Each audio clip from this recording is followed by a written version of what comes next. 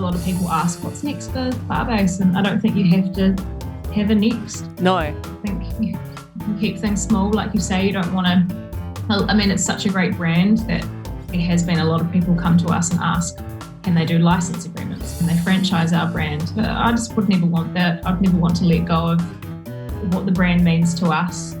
Hello and welcome to Good Moves, a podcast by Punchpass.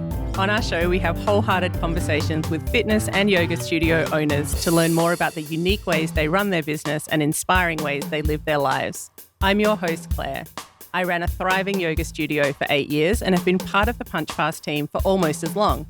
We have so much to learn from each other. Let's jump right in.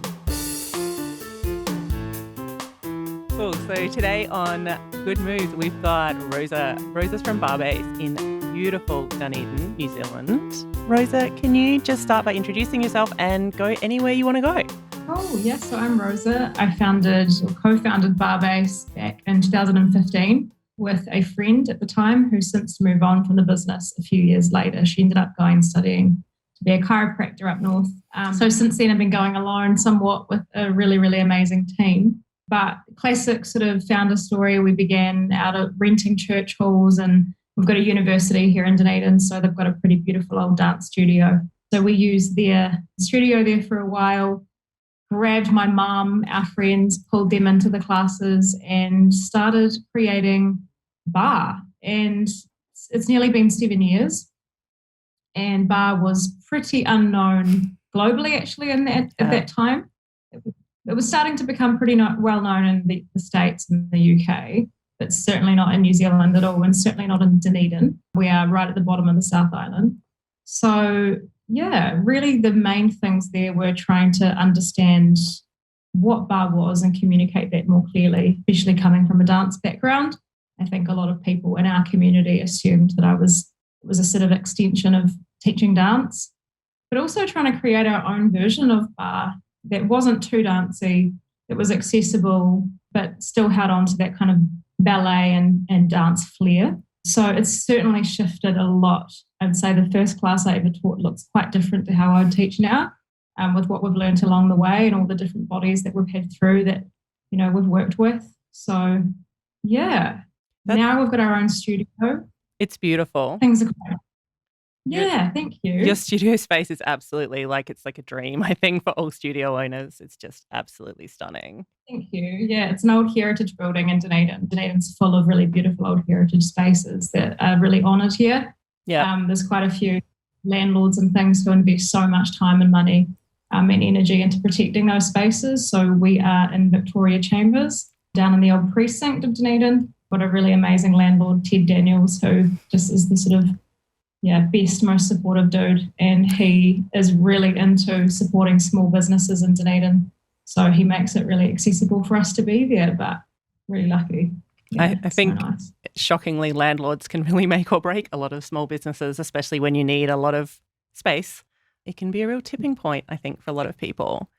So you talked at the start about how you kind of had to introduce and educate people about Barre. And I confess, when I started doing some research, I was way off the mark. I definitely had that feeling in my head that it felt a little bit more like a kind of a modified ballet class, I guess. And I guess that's when you see the physical Barre in photos and things like that, you kind of jump to that conclusion. Can you describe a little bit more about what it actually is, especially the way that you do it? Yeah, for sure. So I would say it's the beautiful thing about the Barre is that it's there to hold and support us. So if you think about going sort of to a Pilates class on a mat where you're standing, or even a vinyasa yoga class, it can be really challenging, especially for our older clients or people who have just had a baby or had an injury, to balance. Yep. So the Barre is, first and foremost, it's there to hold on to. So it's there to really help you find balance, alignment, posture, and give you that feedback. And then when the ballet stuff comes into it, it's really just the length and the strength of a dancer that we're trying to sort of find, and that core strength as well. It's certainly not dancing. I've spent 7 years marketing that. Yeah. And yeah, it's really difficult. But I mean, if you step foot in the studio, you'd see there's just such a diverse range of men and women, men right up through to their 70s, which I think really surprises people. We have quite a big influence of yoga in our classes as well. It's quite mindful. It's quite slow. The moves are very simple and repetitive. I have been to quite a lot of bar classes all around the world. I used to work full-time as a marketing manager as well. So got to jump into lots of classes all around the world. And they were quite aerobic and were quite fast and had that more Pilates breath. Yep. But I would say we're anchored in that yogic breath. Awesome. So that's our wee point. Yeah. So I noticed a lot of your instructors instruct both. So you feel like there's a little bit more of a merging of yoga and bar in your classes. Some are pure yoga, some are pure bar, but there's a little bit of mixing in there. Yeah, for sure. I think it's just more that diaphragmatic breath. When we breathe through the nose, we don't really cue the Pilates breath, which I've seen a lot of people do around the world with bar. We don't start with those kind of warm-ups either. We usually ground in. Yeah. So it's a little bit more yoga focused in that sense. Yeah. And I mean, bar it's always misunderstood, I think, because it is very tough. It's such a good burn. It's very low impact.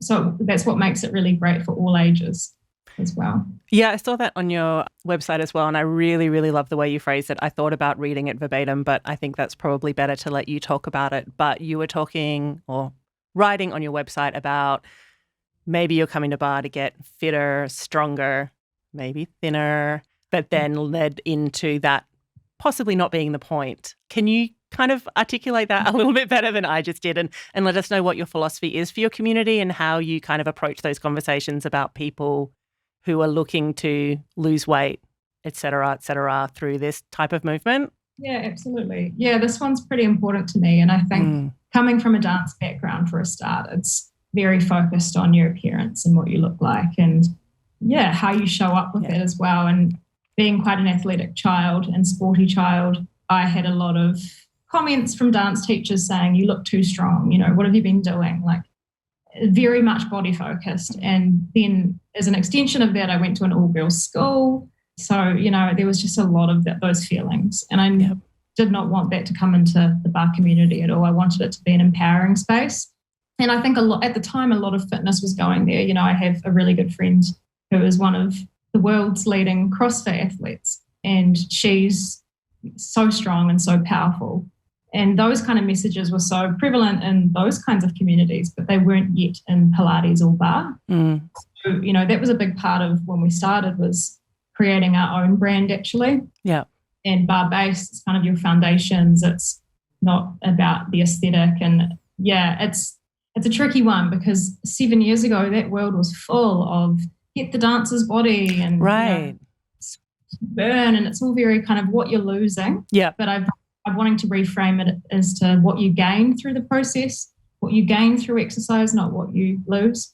Yeah, and our ethos is to move with strength and freedom. And whenever I'm asked those kinds of questions, I always come back to that. So that feeling of empowerment, that feeling of freedom and letting go of wanting to look a certain way. Yeah, just focus on working with your body, not on it, I guess. Yeah, I think personally, the stronger I get, the less I care what I look like, I think is what really comes down to. So it feels like that's kind of the prevailing philosophy for you guys too. So with that in mind, can you describe your community? What types of people do you have coming? You've touched on it a little bit.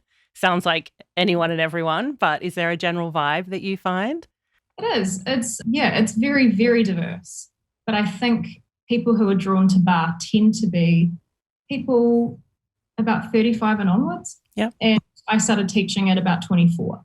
And I think just because our teachers are mainly under 30, not all, people would assume that's the same of our community, but it's not like that at all. It's bar is very attractive for women who have had children, especially people who have been quite physical and then need to take another approach, people who have had injuries, people who have been in a lot of pain. And the common theme, I think, is a lot of the time it is people who have been quite athletic in their past are looking for something that kind of meets that, so that they're feeling that sweat, they're feeling that energy, but taking a far more restorative approach to their movement.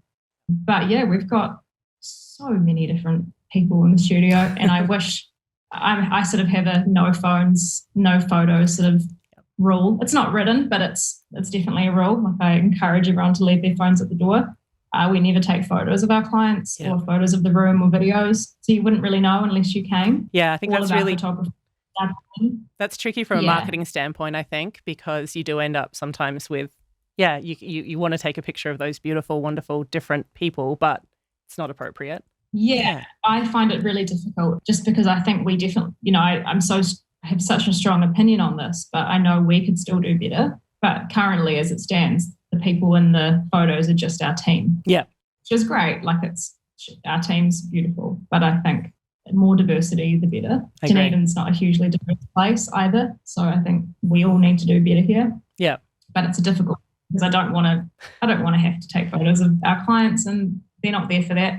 No, exactly. I think it's become such a normal thing for yoga studios to do, especially.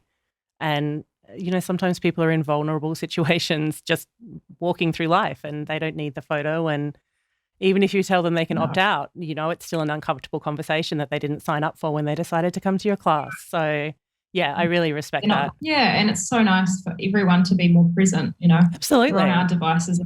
As it is, the teachers included, put them away.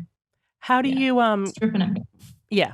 I know you have quite a team of teachers, which is great. I know from having my own studio, one of the things that is challenging when you're managing a team is making sure that everyone's on board with taking care of things the way you want things taken care of, especially philosophically, things like not taking photos, respecting all body types, all those great things. How do you balance that with respecting what the uniqueness and the individuality that your teachers are bringing to the table? Do you find that challenging, or do you find they're all fairly aligned in the first place? We've all been fairly aligned. If there is someone interested in working with Barre, there's certainly a bit of a screening process. Yeah. That's a terrible way to put it, but I encourage people to come to the studio. We've got a first timers deal. Come and try it. Come and get a feeling here, because you may feel completely aligned to it, you might not. Yeah. I usually prefer to hire from within so that, I've got a really good feeling of that person, their ethos as well, the teaching. I've in the past trained a lot of people completely from scratch because, again, what we offer is quite different to a normal bar course. And actually, years ago, there was no such thing as a bar course. You could do a Pilates one. That there may have been in the States, but certainly not in Dunedin, certainly not in New Zealand.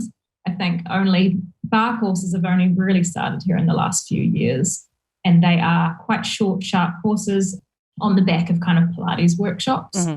So, I've trained up 4 people from no background, a little bit of dance background. Some have had a little bit of yoga background, but have trained them up into teaching bar. And that has been great. It's a lot of effort. That's the dream. Our teachers don't. Yeah. Our teachers stay around for a while, so that's fantastic. Really lucky with. Yay, that's beautiful. Sorry? Trust your gut. I said you just have to trust your gut as well. Yeah. Sometimes I think 99% of the time I think trusting your gut is good, but every now and then I think someone really comes to the table and you're like, these guys, it's going to be great, but I think there's so many more facets to being a teacher in that role than people give credit for. There's so many. You ask a lot, I think, not you particularly, but as a studio manager, I think we ask a lot of our teachers because we need them to be an extension of us, but also bring the good stuff to the table. So, I think it's a massively challenging role. I applaud anyone that does it, to be honest. And celebrating their diversity too and what they bring, as you say, no teacher's the same, and that's what's amazing about it. And certain people will be drawn to different teachers. And there's an element of letting go, I would admit, I can say as well. Oh, absolutely. When someone likes maybe someone else's class instead of your class or moves on to something that's a better fit, you do have to leave the ego, I think, out of the conversation and just go, that's great, and whatever works for you. So I've learned so much from the teachers that have been in the studio, present and past. Yeah. Certain specific teachers, especially, I feel very on the same level as them. And so many of them had been teaching even longer than me, Yeah.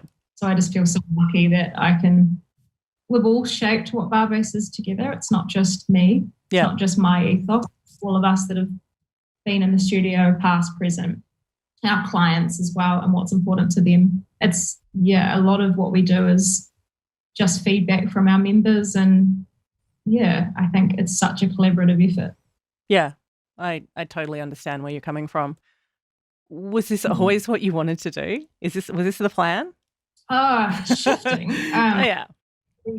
being in some sort of fitness thing has always been a part of my life. As I said, like I danced throughout my whole life, but also was very interested in sports. I always had a passion for encouraging movement. My high school, upon reflection, and I've thought about this quite a lot, was a great school, but it was quite small, and it was sort of fit people and very talented sports people were very celebrated. Yeah. But there were many that were left behind. And I was a naturally pretty fit person, but there were still sports that I was scared to do.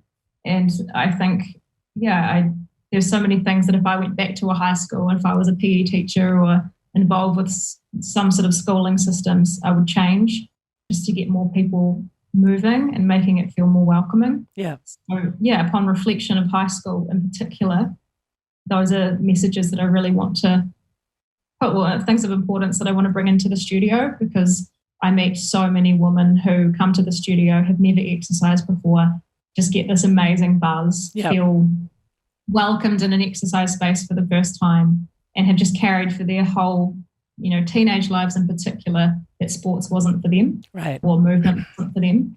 So that's something that I've always carried with me through dance, through high school. But I studied Indigenous Studies, Māori marketing and communications at uni. Oh wow! So Māori language in particular, and post university, Dunedin's a small place. There weren't many opportunities at the time to sort of jump into a marketing role, but I wanted to stay here. So my partner Ollie encouraged me he's like, what are your passions? Put them together, and Barre was created. That's beautiful. And he's amazing. The sort of other side of our online business as well. So he's a designer and website developer and videographer. So very helpful. Nice. Complementary skills. Yeah. Yep. Well, your website is beautiful, as always. I mean, it's just stunning. And I know you've got the video platform separate now to Punchpass, which is gorgeous. Is that going well for you? The online? Yeah, it's going well. Yeah, it's almost a necessity, sadly, just with shifting in and out of COVID. But it was something, ironically, that he and I had talked about for so long, but we both were working full-time. Yep. While I was running the business. So I only finished working full-time a year ago. Oh, wow. Yeah. That's wild. No idea. Yeah. So I was, marketing manager at a technology company. And that was why having the team was so important as well, because I also worked 40 hours elsewhere. Wow. It was a pretty flexible job. So and it was actually just across the road. The office was just across the road from the studio. Oh, that's beautiful. So I could look out. See inside the studio and run over and teach a lunchtime class. Oh, that's perfect. Luckily, Dunedin's so small, but at the same time, it did get too much, and I wanted to put my energy and much more into the business. And having the online business grow basically duplicated another business again. So we really needed to put the energy into that. But so do you find you're back to in person now? So, do you find the same people are accessing the on-demand stuff as are coming to class, or do you feel like people have sort of separated out into two different realms? What do you think's happening there? It's a mixture. It's a mixture for sure. I mean, we've just come out of another lockdown in New Zealand. Auckland's still in lockdown. Dunedin, we've got a little more flexibility. And there are people who did online through the lockdown and have stayed there and decided to not come back to the studio for now, just because the case numbers are growing again and so on and so forth. So you've got that sort of group. Then you've got a lot of people online who have lived in Dunedin, who've had some connection to us in some way. Some people in Germany. There's a woman who was an exchange student in Dunedin who just fell in love with Barre and has done it online ever since. So there's a nice mix like that. And then there's some people who potentially, specifically like young mothers who can only maybe get into the studio once a week but want a little bit more. So they may do both online and studio. So certainly a mixture, but having a studio does allow your platform to grow a lot faster in those early stages. Definitely. You've just already got, context. Yeah, absolutely. Do you have any sort of thoughts on what's next for you guys? Is it stay the course and just keep writing this out, or do you have big plans coming up? What's going on? Yeah, there's a little bit of that feeling. It's sort of week to week. Yeah. I think everyone collectively can understand that. It's just with COVID, you kind of have no idea what's coming next. Right. But also trying to just focus on that all the time, like becomes a pretty tiring conversation.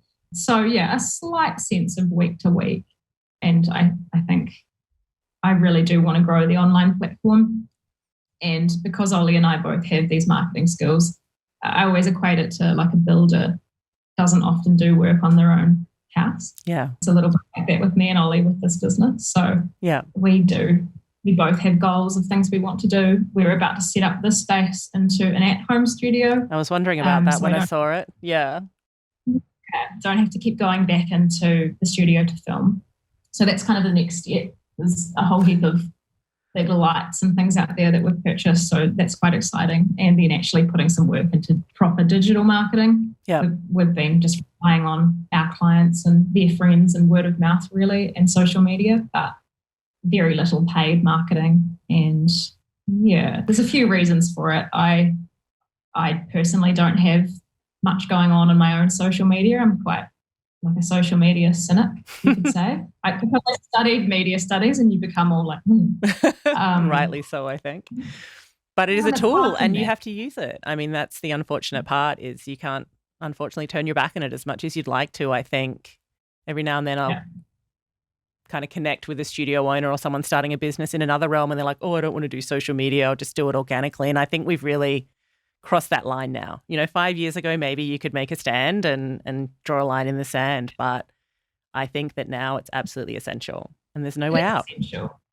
It is. And I find it much easier to do the marketing for the studio because, again, it's not just, it's a very community feel. I've got all the team, but I am struggling with marketing Barbase Anywhere on demand because it's kind of, I'm the face of it. Yeah. And I'm not really used to that. And I do just need to get over myself. It's hard. It's a wee bit hard for me, eh? Yeah, no, I feel for you. I get it. Trust me. And I think it's really different shifting from marketing your studio when you're really only marketing to people who can physically show up. And I found that really interesting as a studio owner. There's all these great marketing ideas floating around, but I don't want to reach people on Facebook that live 300 kilometers or in America or, like it doesn't actually help you at that point. So, yeah, that's a massive transition from I want to market to my community that are physically here versus I want to find community out there, wherever that resonate with us that haven't actually been to an in-person class. Whole different world. And it feels a little bit more like you're talking about yourself rather than, why we do what we do is to support other people and to make other people feel good.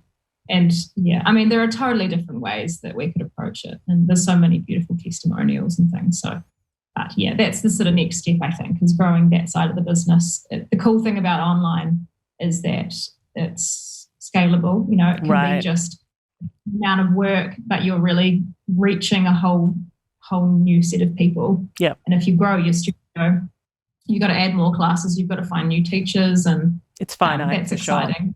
Yeah. You kind of do want to put I want to put a cap on that at a certain point. Like, I don't want to have 2 studios. I wouldn't want to franchise. So Barbase Anywhere just allows us to create a little bit more growth, reach a few more households, and but do it ourselves and keep a cap on it. Yeah, I think it's interesting because it does remove that. When I was a studio owner, I always felt like even if I could make hundreds of thousands of dollars in a studio, which I couldn't, I assure you, but even if I could, it wouldn't be right anyway. I don't feel like we should be building mansions based on yoga or bar or any of these things that are set up to serve people and make them feel better. You should make enough to be comfortable, but you shouldn't be making millions of dollars, I don't think. It's my personal opinion.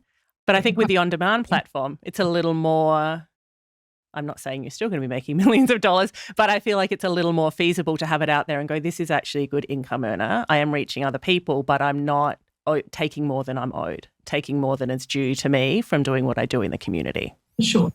And when you're doing an online business, especially when you've got a marketing background, there's all these sort of keywords that always come up. And if you're using integrations and things like Stripe, it's really clear to see sort of what's coming in. Right. And your outgoings are huge, your video gear is expensive, and especially if you're doing it right, platforms can cost video gear is expensive. But you are seeing like a very clear kind of income coming in. Yeah. You see how many subscribers you've got, and I get an email every time we lose one or we gain one, So it's kind of, it's very clear to see like how you're going and what your growth is. And it's quite fun to set goals as well. And yeah. How do you feel like you cope with, I know it's kind of intrinsically you are the studio and the studio is you to a certain extent. Do you feel like you cope well with those ups and downs? Can you kind of remove yourself from the studio and the on-demand, so both of them together, like losing students, losing subscribers, gaining? Do you feel like that's part of the business that you can ride that wave, or does it sometimes impact you a little bit more than you'd like? I mean, I do get a bit gutted when I see someone decide to not continue, but half the time, actually, the people that are ending their online are because they're coming back to the studio. That's a beautiful thing. So it's a nice swap. Whereas Ollie's like, oh no, and I'm like, oh, that's okay. They're sweet. They're coming back to the studio. Yeah. So at least I get that connection with them. I do find it difficult, and I'm as communicative as I can be with our online members to stay connected. So we've got online, like a Facebook group. Yeah. I send a lot of emails. There's a lot of them I message personally, and a lot of them are really beautiful. They'll email back after a session, or if we do a Zoom, they're there face to face through a Zoom screen. Yeah. But there are at least 50% who have chosen to do on demand for that exact reason. They want to be anonymous. So it is a little bit difficult because you can't connect in the same way. Yeah. But there are so many nice messages that come through, especially for people who work shifts or work really late or live remotely. There's a lot of use cases and examples of why on demand is really powerful and how it does help so many people. Yeah. Yeah, I mean, I really did think it wouldn't feel as amazing as it does seeing people face to face and seeing their progress, but there are some really nice examples of stories that have come through that make it all worthwhile. Yeah, I think it does make a big difference to people. But your studio classes are full, very full. So people are clearly coming, maybe too full in some cases. So people are clearly coming back for that in person as well and really enjoying it and having that connection, which I think is really beautiful. It is moment, but COVID numbers, we've had to restrict our class sizes a little bit, which is why it does look busier than usual. It's still pretty busy. We've had to cut out about 8 people per class, I think. Yeah, but it's still cranking. It looks good. It is busy. Yeah, it is. We're very lucky. That's awesome. A great support system. So do you have any wise words of wisdom for people that are thinking of going into a business like this? Like just really simple. I guess we could start with, would you do it again? And I think I already know the answer to this question. You seem very at peace in your business and aligned with your business, which I think is a beautiful thing. Is it something you'd recommend to other people? I definitely don't think it is for everyone, actually. No, I think there's a really big difference between teaching and running a business and also practicing and being a teacher. There's a lot of people who fall in love with going to a bar class or a Pilates class, yoga class, and decide they want to do a training. Yep. That's a first step. And even inside that training, it might just be more for you. I think you have to sacrifice a lot of your own training actually to be a teacher. Totally. I would do, when I lived in Australia, I took a wee sort of gap year and had the physical studio managed, and I did all the sort of admin from online. That's when we first actually got Punchpass sorted because I had a lot more breathing room. Yeah. So I was messaging you to get that all sorted. Yeah. So when we were living over there, because I wasn't teaching, I went to so many classes in the Gold Coast, which was really fun. And I was so fit and so strong and doing so much for myself. It's not the same when you're teaching 15 times a week. You're physically tired from supporting those people in the classroom. You also don't want to continuously feel like you're at work. Right.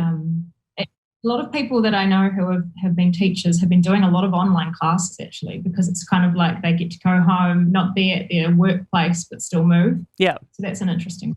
Yeah, that is. Yeah, I mean, I would just really consider that it may not be for you, and you probably don't know until you try. Yeah. That's the tricky thing. But there is certainly a difference between you enjoying exercising for yourself, you enjoying teaching, and then the whole nother level again of running a business. Yeah. Because teaching's like a very, very small part of it, Absolutely. And I think a lot of people almost get not trapped, because obviously they're making conscious choices the whole way through, but they start teaching, maybe their classes get popular, they outgrow their spaces, or they need more times at their spaces that they're teaching in. Then they grab a studio, and then I think they realize all the things that come with running a studio that are just wild. Like the number of facets, we've touched on the marketing side of things, we've touched on the online side of things, but the things you have to handle as a studio owner, and managing people, I think, is one of the ones that really takes people by surprise. So I love hearing how aligned you and your teachers are. I think that's awesome. I also don't think it's the experience of a lot of people. I think a lot of people are managing a bit more of a mixed bag of people, which is a lot more challenging, I think. Do you outsource anything at this point, or would you feel like you're doing everything at the moment? Is that your general vibe? Well, I mean, I feel like I've outsourced so much admin to Punchpass. Well, that's a good start. Really, we used to do I used to reply. We used to take all bookings via email. I had like a Google sheet with just like and you know, how ridiculous is that in retrospect? Yeah. And I remember all my partner saying, "Okay, so how many hours are you doing of that a week? Yeah. And how much would you pay yourself?" And that's always like a really great way to decide whether you want to take on some new technology. Yeah. You know, what are you worth? How many hours are you spending each week? What does Punchpass or Xero or whatever cost each month? It's totally worth it. I totally agree. Yeah. I think that was help. Yeah. And that's the outsourcing. I know I have that conversation quite often with people who are looking at coming to Punchpass. Like I would have spoken to you 5 or 6 years ago about it. And they kind of and ah about paying that little bit more for the plan that you're on, where everything's kind of integrated and wonderful and works. And I'm like, it's an hour of pay a month. Like that extra little chunk a month is just going to take everything away from you. Like it just all flows, and yeah, it's huge. I mean, as you know, I came to Punchpass as a user and now ended up here, and I agree, it just kind of took everything away. But it's not. I mean, you've moved your content library, or your videos are now somewhere else, which is totally reasonable. I mean, we're not everything to everyone, but it is good to hear how much of that weight we've taken off of your shoulders. Yeah, the video library didn't exist on Punchpass when we started doing online. So that's why. If that was there, then they would have. Yeah. So we got onto that quite quickly. Yeah. Right at the start of the pandemic. And I was amazed at how quickly you guys responded. And the great thing actually with having, I think, so many of the Punchpass team based in the States was that was already happening over there far before it was happening in Australia and New Zealand. Yeah. So those Zoom links were already integrated, and we were straight in. It was just so easy. Yeah. I'm so grateful for that. The video library wasn't, so we went onto another app at that time. And then, as you say, I'm a wee bit stuck on that app now. It's okay. Yeah. It's okay. It's doing its job. Yeah. But and then we actually only integrated with Stripe onto that new Punchpass plan recently. So I think we started on like a mid-tier plan. Yeah. We had the waitlist feature, which is amazing, but only recently did I take that next step and get Stripe integrated and have all the payments go through online again. So much easier. I was managing all the memberships with emailing like an antiquated kind of form that they signed and then set up automatic payments, and you make these decisions, and when you finally just pay that little bit extra, and it wasn't the money, it was actually just the administrative time of like getting that sorted. Yeah. But it saves so much time now. So I feel like I outsource too with that. I have an accountant, and it's a great system actually with her. So it's kind of like a pay for a year and you get to ask as many questions as you want. Oh, I like that. It's good. It's really good. And that's not my strength. Money stuff, I'm not great at. Yeah. So I like she just does all of that. I guess I outsource videography to Ollie. That works too. And design work at times. But other than that, no. Everything else we manage. Yeah. At the moment. It's impressive. I think it's really... Yeah, but it's nice as well. It's intimate. And a lot of people ask, what's next for Barre? And I don't think you have to have a next. No. I think you can keep things small. Like you say, you don't want to... I mean, it's such a great brand that there has been a lot of people come to us and ask, can they do license agreements? Can they franchise our brand? But I just would never want that. I'd never want to let go of what the brand means to us. And yeah, it's just not my goal to have this big Yeah. thing. Kind of nice to get to a point where you're just kind of cruising along and you feel like you can ride the waves of whatever lockdowns and, things we're trying not to focus too much on anymore, but knowing that you've got the tools to go back online or go in person again, I think is so huge. And we see so many people switching back and forth, and it's just so great for them to be able to flick that switch and go, sorry guys, we're back online. And, we're back in the studio. It's just such like you said, such an agile thing. And Punchpass, I mean, we were really quick. We came in one day and it was like, we're doing Zoom now. And it's like, all right, cool. We can roll with that. And it just rolled out really, really quickly, and it made perfect sense. And I think it was a great evolution for studios that we didn't know we needed. I don't know how much hesitation you saw from your clients about watching an online class, but I just remember some of ours were like, nope, it's never going to happen. Like, it's just not the same. I don't have space. Did you have a lot of hesitation coming into it? Do you think those people have got along the line? No. So again, coming back to how I was saying that our clients often form our culture. Yeah. We have a lot of women who had breast cancer, have immunity issues. We had pregnant women. We had people whose family were overseas in France, for example, and the pandemic was, already rearing its head there. And there wasn't a case in New Zealand at that time. Yeah. But I was starting to get people starting to come to me and saying they're feeling a little bit anxious. I don't know if I want to sign up for a 6-month membership because what if COVID comes here? And I just remember basically just being like, okay, straight away, I need a solution to this because I don't want to lose members. I don't want them to feel nervous in our studio. No. And basically that happened. I mean, these conversations were happening. And then I decided that we would go 50% online. And this was before COVID was in New Zealand. Yeah. So I don't know why my gut was very strong there. I was like, we need to go online. So I started pitching that to the members and said, we have got a 50-50 online and studio timetable now on Punchpass. The Zoom links, you can, jump in on there. And the week that we had a trial to see how it was going to go, the first cases of COVID were in New Zealand. Nice. And then very rapidly, New Zealand was super rapid with their lockdowns, as Australia probably knows. And we were in lockdown and we were already online. So it was so good. And Ollie and I had already gone into the studio with the video gear and filmed about 10 workouts for people that didn't want to do Zoom or perhaps didn't have great internet. So they had access to pre-recorded classes as well. So we were sort of set to go, and having a lockdown gives people no choice. They want to move, they want to do something. So everyone was forced to sample it. And then, when we went back to the studio, some people were like, I love having that option. I love being able to do like a short 20-minute workout. Yeah. We'll go for a bike ride and then do a stretch class. Or there's just so many examples of how it works well for people who can't make it in. And even I live 20 minutes out of town. Yeah. And 20 minutes out of town in Dunedin's, a long way. Yeah. Yeah. Everyone thinks we're mad living out here. But you don't want to have to drive 3 or 4 times a day. And sometimes that's your reality. So driving in just for a bar class, sometimes not worth it. If you can do it online, that's great. Do you think you would have come around to that anyway without COVID? Or do you think? Yeah, the conversation, we were having the conversation already. And I guess because we had the skills to do that. Yeah. I feel so lucky that we had the video gear. Ollie was a videographer and he can set up that sort of stuff for me. And I used to work at a booking system as well before I worked at the other tech company, a hair and beauty booking system. Yeah.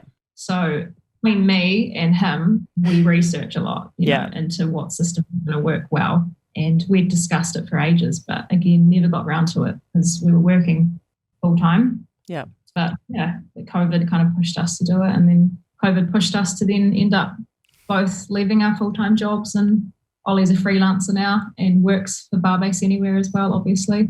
And it's the best thing that's ever happened. That's so brilliant. Good. I love that. No, that's so good. You guys did such a beautiful job. And I love seeing all of your little bits working together. I think that's one of my favorite parts about your business, is just seeing it all integrate. And I love how happy your students are. I think that's such a beautiful thing to see as well. And we like having your Punchpass. I feel really lucky that people are really open. You know, you can, it's Dunedin. Dunedin's everyone's super laid back, down to earth, but also very loving and sharing. And yeah, you get just really nice face-to-face feedback, or even via email. People want to tell you how grateful they are, and that just makes all the difference. It does make all the difference. It's a selfless job, what we do. There's a lot of energy that goes into it, and I love it. I never feel tired of it. I've got a lot of energy for it because I get so much out of it. Right. Yeah. So I feel lucky with that, but it certainly does make all the difference when you're getting that feedback and appreciation from your customers and seeing their strength. That's just the best feeling ever, is just watching people confident, become more strong, sleep well. You know, people tell us regularly that they used to not be able to sleep through the night with back pain, and that's not the same anymore. And yeah, it's pretty powerful. Yeah, we used to get the same in the yoga studio, and it's an incredibly powerful thing when someone's so vulnerable and such a beginner when they come, and you just see them start blossoming. And the strength it takes, I think, for people to take that first step is so underrated. It's such a terrifying thing to do. Anytime someone walks through the doors of something new, I think it's just so brilliant. And then to see them progress and evolve in whatever that means for them, it's a privilege. And it is. It is. There's some pretty cool stories, but specifically, I think, like when you're in that situation, especially teaching a class like a bar class, they're hard. Yeah. And so much of it is, you know, mental endurance. It's like listening to your body, but also battling that kind of mindset. Totally. And you certainly see people shift. Yeah. And I just love to, you know, see how they've evolved in other parts of their world as well. Yeah. You know, in relationships at work, because you just see them walk in the door differently. And like I know that must change how they approach other parts of their lives. Well, you see them get through hard things. You see them at the start of a hard thing, and when they get through the hard thing, and when they come out of the other end. And I think that's a privilege that long-term studio owners get to have as well. I mean, when you've been doing it for as long as you have, you really spend a lot of time with these people and you see them evolve. It's a beautiful thing. It's really cool. And I love how aligned your business sounds. It's not necessarily the way it is for everyone, but I think it's really inspirational to hear that that's the way it is for you, because it sounds like it is just, it's just how you're walking through life. You've got it all, and your people, and Ollie sounds very helpful. It sounds like a beautiful thing. It's been really, really great to talk to you today. Is there anything else you'd like to put out into the world? Any gems of wisdom, anything you live by that you think you would just love to pass on, or are you all good? Yeah, I think just, keep doing, if you're teaching, keep doing it for all the right reasons, and think bigger than just, especially for Barre and Pilates, think bigger than just the body. Yeah, I always sort of say one of my favorite things is just, like I've already touched on, you know, just working with your body, not on it, and focusing on what you gain and rather than what you lose, because there's just so much more as a teacher to get out of those lessons. I think that's been the most rewarding thing for me, and that's what makes it more sustainable, is focusing on those bigger things, the emotional and mental, and holder, as we say in New Zealand and Te Ao Māori. There's just those different parts of the, you know, spiritual, physical, emotional, all of the facets. It's very yogic as well. Yeah, it's super important to make sure that comes into the Pilates and Barre world, because I do think it's been lost there a little bit. Yeah. But Pilates and Barre is just as mindful as yoga, and just as powerful. And to not lose sight of that, and just to be the change, because we don't need Barre and Pilates to be focused around body and a certain body type and what you should look like and burning your bum and abs. And it's more sustainable to focus on what you gain beyond the body. Yeah. That's awesome, Rosa. Thank you so much for joining us today. It's been really lovely to talk to you and really inspiring. I appreciate it. So nice to meet you, Claire, and thanks for all the amazing support. I have Dunedin's full of Punchpass users now, because it's a bit like Adelaide, actually. Yeah. It's a lot of people who use it and like it, and our customers who use it like it. And then, even people ask if they can try and use it for all sorts of different things beyond fitness. So we love all sorts of different things. So that's awesome. Yeah, we appreciate your support, and it just makes all the difference in choosing Punchpass. Thank you. If you'd like to learn more about any of the guests that we've featured on the show or about Punchpass, you can head to our website at punchpass.com.